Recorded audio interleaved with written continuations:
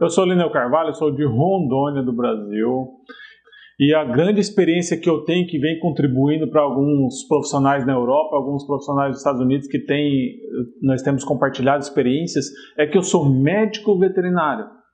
E a minha criação foi em fazendas, foi envolvido com os animais, e esse feeling, essa conexão com os animais me fez perceber a essência, a estrutura primordial dos seres humanos, como nós somos. Nós achamos que somos máquinas, mas nós somos muito mais parecidos com os animais, seres emocionais. Nossas reações, ações são por atitudes, por escolhas emocionais, não são por escolhas racionais. Dentro do tema de neurocomunicação, estamos aqui para falar um pouco sobre a comunicação existencial.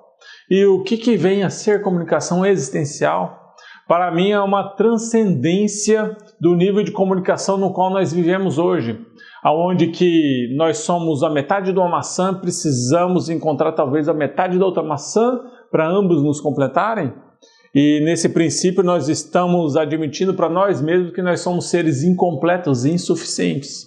E para mim, nós somos uma maçã inteira, talvez queremos encontrar uma outra maçã inteira e juntos compartilhar os momentos felizes da vida.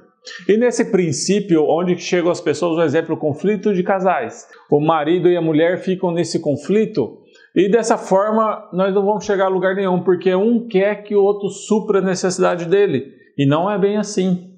Só nós podemos suprir a nossa necessidade. Então o primeiro passo da comunicação existencial é nós tomarmos consciência da responsabilidade de olharmos para as nossas necessidades, assumir o nosso potencial máximo, que a partir daí vamos conseguir chegar ao outro da forma como ele é, aceitá-lo da forma como ele é, respeitá-lo da forma como ele é. E aí podemos ter a escolha de talvez estar perto ou longe. Então o primeiro passo dessa comunicação é, nós precisamos entender rapidamente que as nossas células que compõem todo o nosso corpo, elas existem memórias de toda a nossa evolução da nossa espécie. E proporcionalmente a toda essa memória, nós temos 500 mil gerações de história de memória das nossas células, do Homo sapiens sapiens, que nós vivemos só de as emoções primárias de luta e fuga. E depois apenas 200 gerações que teve a Revolução Agrícola, onde se percebeu que o homem parou de correr atrás do alimento e começou a produzir o alimento à sua volta. Isso mesmo. E a partir daí percebemos que começou a desenvolver o lado cognitivo. E depois de apenas 40 gerações, ficamos já a Revolução Industrial, no qual já é o homem mais moderno. Ou seja, de tudo isso, 99,999% os nossos comportamentos são analisados pela nossa história, ou seja, as nossas reações, as nossas ações, elas são emocionais. E o primeiro ponto que eu trago é a gente perceber nessa estrutura que a luta e fuga, ela está muito ligada em dois polos de energia dentro da gente. Um polo de energia que nos gera a energia da ação, de ir em frente, de enfrentar, de aceitar, de se aproximar, e a outra energia que está relacionada à fuga, que é de se afastar, que é de repressão, que é de querer se distanciar. Então, se eu tenho como objetivo, talvez, um exemplo, a venda com o cliente, talvez a aceitação do meu colaborador, talvez a execução de uma tarefa de comprometimento, que aquele colaborador se comprometa com aquilo, ele tem que ter uma afinidade com aquela minha comunicação ser efetiva, ou seja, aquilo só vai acontecer perfeitamente, aquele cliente só vai aproximar de mim se ele tiver na energia de ir para frente. Um exemplo da aceitação, que não corre risco para ele. Aquele colaborador vai dar o máximo dele na execução daquela tarefa, comprometer, comprar, vestir a camisa da empresa, se aquilo fizer sentido para ele. Se aquilo não for uma ameaça, isso vai na energia ele vai imprimir aquela informação na energia de ir para frente. Porque se eu falo sem consciência e aquilo imprime na energia de se afastar, que corre risco de vida, que de alguma forma ele não se sente bem confortável com aquilo, mais cedo ou mais tarde vai dar problema, seja no futuro a curto prazo, médio prazo, longo prazo, isso é muito relativo, mas de alguma forma vai gerar conflito. Ele vai perder a produtividade, ele não vai dar o máximo dele como ele dava no começo, na energia do novo. Então, partindo desse princípio, nós precisamos trazer a nossa consciência, a nossa inteligência emocional. E a partir do primeiro ponto da comunicação existencial é no qual, como se nós fôssemos um copo, e nós estamos com nossa água pela metade. Talvez por tanto tempo que nós achamos que é o nosso copo cheio. Mas o João olha para o Linneu e fala, olha, nossa, se o Linneu soubesse o potencial que ele tem, mas ele não consegue perceber. Não é assim que acontece, a gente vê no dia a dia? Mas eu não consigo perceber, para mim é o meu copo cheio. E aí eu fico naquela constância na vida inteira. Então o primeiro passo, quando a gente vive nesse mundo com o nosso copo pela metade, às vezes eu me relaciono com o João, talvez ele está um pouco triste, eu dou um pouquinho da minha água para ele, 100 ml de água para o João. Talvez a Joana, ela está num problema profissional, eu dou 200 ml da minha água para ele, e assim vai para a Cicrana e para todo mundo. Ou seja, eu dando água e água para os outros, o que vai acontecer? A água do meu copo vai baixando. E nessa metáfora, a nossa água não pode acabar, porque representa a vida. Então nossa mente entra numa estratégia de sobrevivência, aonde que ela começa, ô João, eu te dei água, peraí, devolve aquela água. Maria, eu te dei água. Ô Mário, eu te dei água. Começa a buscar a água externa que eu doei para preencher o meu copo. E aonde que eu quero chegar com isso? Que não existe nenhum comportamento, nenhuma ação, consciente ou inconscientemente, que eu não estou esperando uma barganha em troca. Então, nesse nível de comunicação, eu não vou chegar a lugar nenhum, porque tudo que eu estou falando, eu estou esperando receber algo em troca.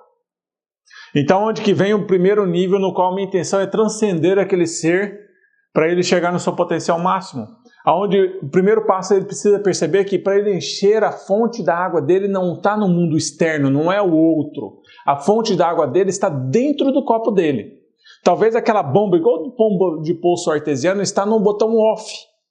E ele nunca teve a oportunidade de aprender como é que é botar no botão on.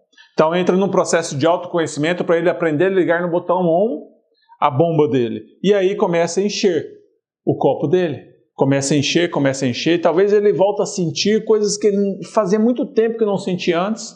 Talvez sentir coisas que nunca sentiu antes. E vai enchendo, e até chegar ao ponto que transborda. E aí quando transborda, a água que for para o Mário, ele não precisa pedir nada em troca.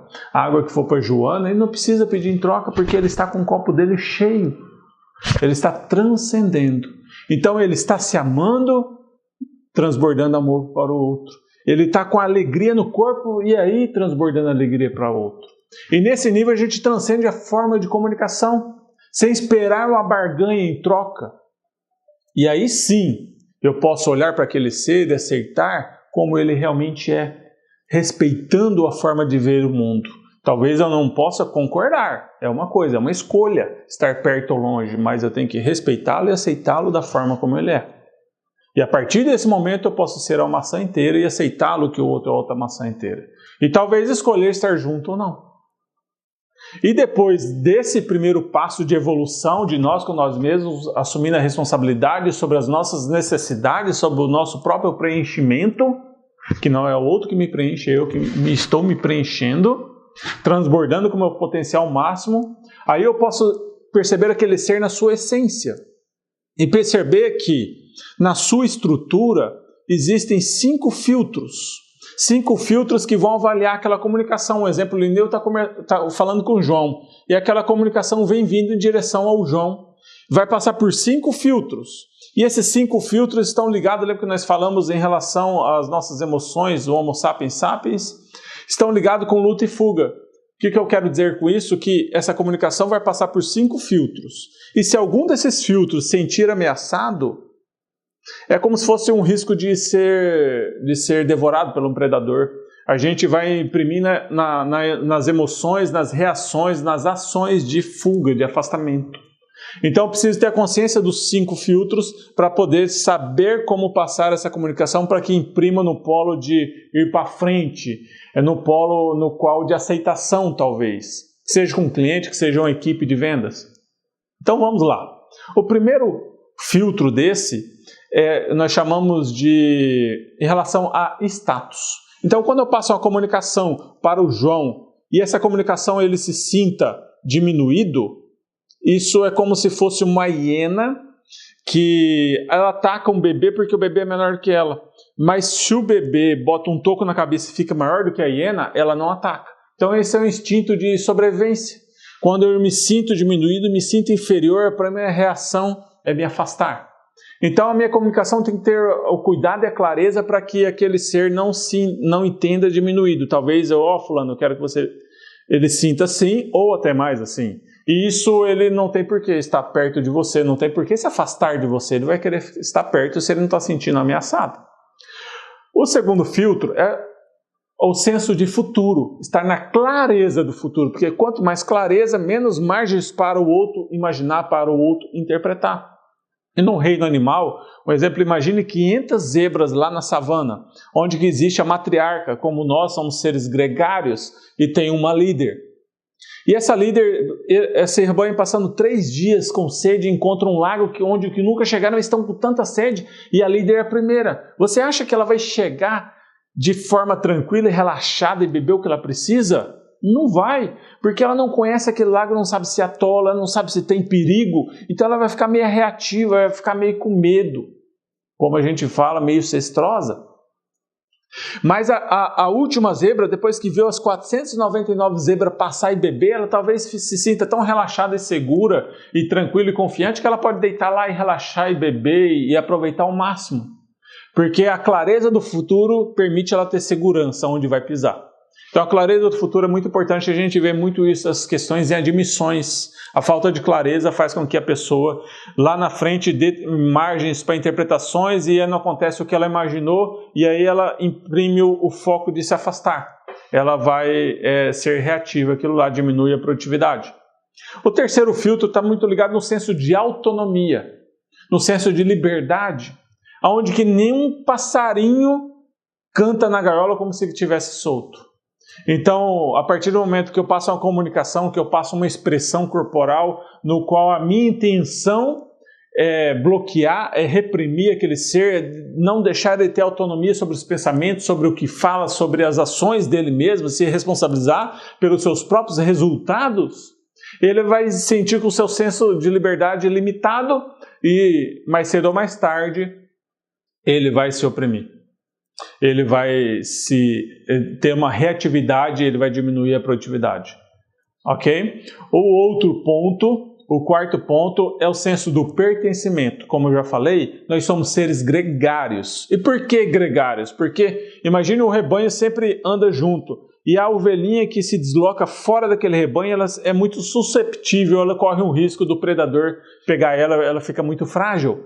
Então nós temos a necessidade de sentir o grupo, de sentir pertencendo, porque isso é segurança.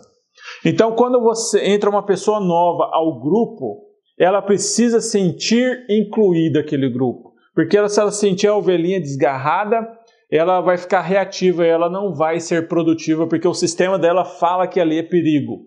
E da mesma forma, aquele grupo que já está formado, também tem que ser feito um trabalho subliminar para que ele tenha a inclusão, a aceitação daquele novo membro que está sendo incluso. Após isso daí, o nosso sistema nos dá permissão para aí sim relaxar e sentir seguro e se abrir para o novo. O quinto e último ponto está no senso de justiça, o que é justo e o que não é justo. E é muito forte a gente ver quando o senso de injustiça aparece, né, na reatividade, nos comportamentos irracionais. Pessoas que matam sem pensar, pessoas que vão fazer greves igual os policiais que nós estamos vendo por aí, e não pensam na segurança, não têm o senso de responsabilidade sobre aquelas ações. E isso é muito forte porque é intrínseco da gente, está muito ligado com a defesa de território dos animais. E a defesa de território dos animais é tão forte porque é o senso de preservar o alimento mínimo para ele e para aquele clã sobreviver e preservar a família, o número de espécies suficiente para a reprodução, para a perpetuação da espécie. Então, se a ameaça do limite de território vai influenciar talvez na permanência daquela espécie ser extinta, e isso inconscientemente, se a pessoa invade a minha forma de pensar, se a pessoa não me respeita a minha forma de pensar, se a pessoa não respeita o meu limite, o meu território, eu vou sair fora de si. Isso é uma necessidade de sobrevivência nossa. Então, recapitulando os 5 filtros: o status, o senso de futuro, o senso de autonomia, o senso do pertencimento e o senso de justiça. Então, quando eu me comunico com o João, eu tenho que ter a consciência e a clareza de, primeiro ponto, onde que eu estou transbordando, eu não quero nada dele, né? Eu não quero que ele me preencha nada. Eu apenas percebo da forma primordial as necessidades dele e passo a comunicação com a responsabilidade sobre esses 5 pontos, ok? E aí eu faço a averiguação. E se algum ponto desse ficou reativo, é minha responsabilidade ter essa calibração, ter essas perguntas para saber se houve reatividade. Eu tenho que ter a responsabilidade, através de 5 perguntas, para fazer o diagnóstico sobre o que ficou reativo e ter a possibilidade de consertar. Então, a primeira pergunta é o porquê. O porquê que você está sentindo reativo dessa forma? O porquê eu vou entender e eu vou calibrar qual é a necessidade que não está sendo acolhida. Eu vou entender o estado atual dele. Entendendo o estado atual, eu vou para a segunda pergunta, que é o quê? A partir do o quê, eu vou entender o que seria o bom para você, né? O estado desejado, o que ele gostaria. Entendendo onde ele está, entendendo onde ele quer chegar para atender, acolher a necessidade. E eu venho a terceira pergunta, que é como? Como nós podemos fazer para que essa necessidade seja acolhida, então fique bom para você? E depois disso vem e se, que seria talvez possibilidades. E se isso der errado, como nós podemos fazer? Como nós podemos consertar? A gente prevê alguns possíveis frustrações, alguns possíveis pensamentos ou ações que saiam fora do plano. E a partir daí eu posso entender e pedir, chegar no entendimento onde que eu fale água e ele entenda a água, ele entenda a pedra. E da mesma forma eu posso pedir para ele, nessa comunicação, ele repetir. E assim a gente chega num consenso, num equilíbrio, onde que uma comunicação, onde que um resultado de uma comunicação eu vejo muito como uma negociação, onde que ambas as partes, sejam 2 partes, 3, 4, 5 partes, fique bom para todos. Ok? Essa é a comunicação existencial.